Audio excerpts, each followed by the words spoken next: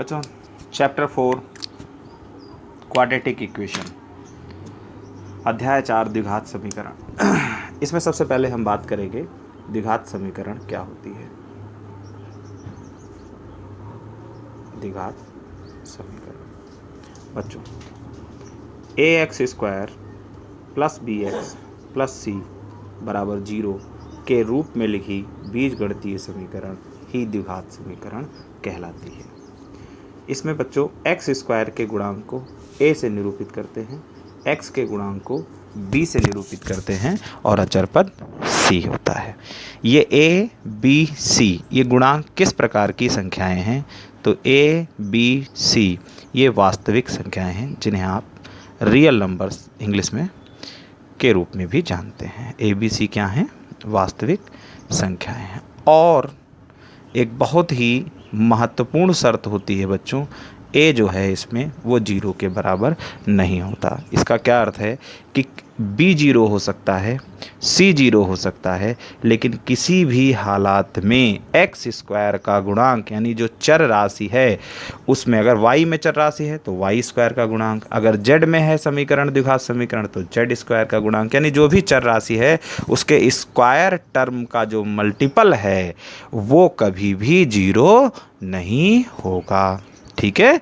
अच्छा, दूसरी बात, इसको द्विघात समीकरण क्यों कहते हैं? द्वि माने दो, घात यानी ऐसा समीकरण जिसमें चर राशि की महत्तम घात कितनी हो? 2 हो। देखिए इसमें x की महत्तम घात कितनी है? x की महत्तम घात, तो x की यहाँ पर महत्तम घात कितनी है बच्चों? 2 है, इसीलिए यह एक द्विघात समीकरण है।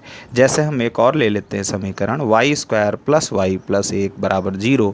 आपसे पूछा जाए क्या यह एक द्विघात समीकरण है, तो देखिए आप क्या देखेंगे? आप दो चीज़ों को देखेंगे। महत्तम घात कितनी है? देखिए y की महत्तम घात, तो y की महत्तम घात कितनी है? 2 है। ठीक। दूसरा आप ये देखेंगे कि क्या स्क्वायर टर्म का मल्टीपल, मैंने कहा था ना अगर चर राशि y है तो y² का गुणांक 0 नहीं होना चाहिए। तो यहाँ देखिए y² का गुणांक क्या है? 1, और 1 जो है वो 0 के बराबर नहीं होता। अर्थात इसका क्या मतलब है कि a 0 के बराबर नहीं है। तो अगर इन दो शर्तों को कोई बीजगणितीय समीकरण पूरा कर रही है तो वह एक द्विघात समीकरण है। जैसे उदाहरण के तौर पर हम यहाँ ले लें 2x³ minus x² plus x plus 2 बराबर 0। आपसे पूछा जाए क्या यह एक द्विघात समीकरण है, तो यह द्विघात समीकरण नहीं है, क्योंकि x की महत्तम घात कितनी है? 3। तो यह एक द्विघात समीकरण नहीं है। ठीक है, ओके। ठीक बच्चों, अब बात करते हैं मानक रूप की। तो मानक रूप क्या होता है बच्चों? जैसे मैंने एक समीकरण ले ली 1 माइनस 2x प्लस x² बराबर 0। तो बच्चों यह एक मानक रूप में लिखी द्विघात समीकरण नहीं है। द्विघात समीकरण का मानक रूप क्या होता है? जब हम चर राशि को उसकी उतरती घातों में, ठीक है, यानी जैसे इसमें चर राशि की सबसे बड़ी घात कितनी होगी? द्विघात समीकरण है तो 2, तो पहले चर राशि की 2 घात वाला स्टेप आएगा, फिर 1 घात वाला स्टेप आएगा, और फिर क्या आएगा? फिर अचर पद आएगा। जैसे देखिए ये क्या है? ये स्टैंडर्ड फॉर्म है क्वाड्रेटिक इक्वेशन की, यानी मानक रूप है द्विघात समीकरण का। पहले स्क्वायर वाला टर्म, फिर सिंगल पावर वाला टर्म, और फिर अचर पद। तो देखिए यहाँ भी हम क्या करेंगे? सबसे पहले स्क्वायर वाला टर्म रखेंगे x², फिर सिंगल पावर, और फिर अचर पद बराबर 0। ये है मानक रूप। ठीक बच्चों, इसमें हम जैसे कि मानक रूप से स्पष्ट है, हम a b c के कोई भी वास्तविक मान ले लें। जैसे हम a का मान ले लेते हैं, हमारे पास मानक रूप क्या है द्विघात समीकरण का? जहाँ a b c क्या हैं? a b c belongs to real number, यानी ये सारी वास्तविक संख्याएं हैं, and a does not equal to 0, यानी a 0 के बराबर नहीं होगा। तो इसमें हम a b c का कोई भी वास्तविक मान ले लें तो यह एक द्विघात समीकरण हो जाएगा। उदाहरण के तौर पर a बराबर 1 ले लेते हैं, b बराबर -2 ले लेते हैं, c बराबर 3 ले लेते हैं, तो क्या हो जाएगा? x² माइनस, देखिए यहाँ b की जगह -2 रखेंगे तो प्लस माइनस माइनस, तो -2x प्लस 3 बराबर 0। तो ये क्या हो जाएगी? हमारी एक द्विघात समीकरण है। ऐसे हम कुछ और भी वैल्यू ले सकते हैं, a बराबर 2, b बराबर -1, c बराबर -2।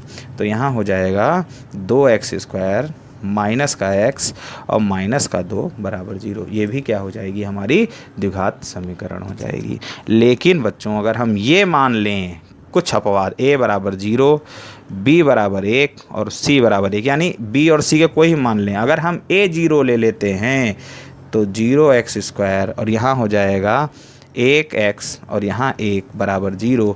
तो बच्चों यह द्विघात समीकरण नहीं है, यह द्विघात समीकरण नहीं है। क्यों नहीं है? क्योंकि x² का गुणांक 0 हो गया। किसी भी हालत में a बराबर 0 नहीं होना चाहिए। इसका मतलब क्या है?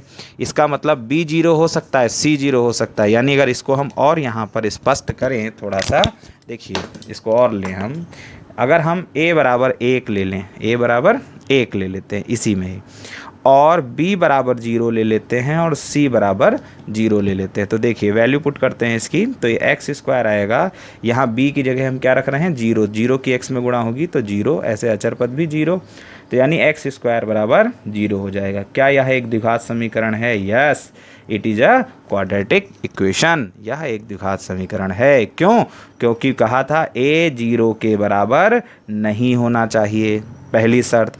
दूसरी, जो घातांक है यानी जो चर राशि की महत्तम घात है वो क्या होनी चाहिए, दो शर्तों का पालन अगर ये बीजगणितीय समीकरण कर रही है तो यह बीजगणितीय समीकरण एक द्विघात समीकरण है। एक स्क्वायर टर्म का जो गुणांक है वो क्या होना चाहिए, वो 0 नहीं होना चाहिए। देखिए x² का गुणांक 1 है जो कि 0 नहीं है, और इसकी महत्तम जो चर राशि है उसकी महत्तम घात कितनी होनी चाहिए, 2, तो उसकी महत्तम घात 2 है, इसीलिए यह एक द्विघात समीकरण है, x बराबर 0।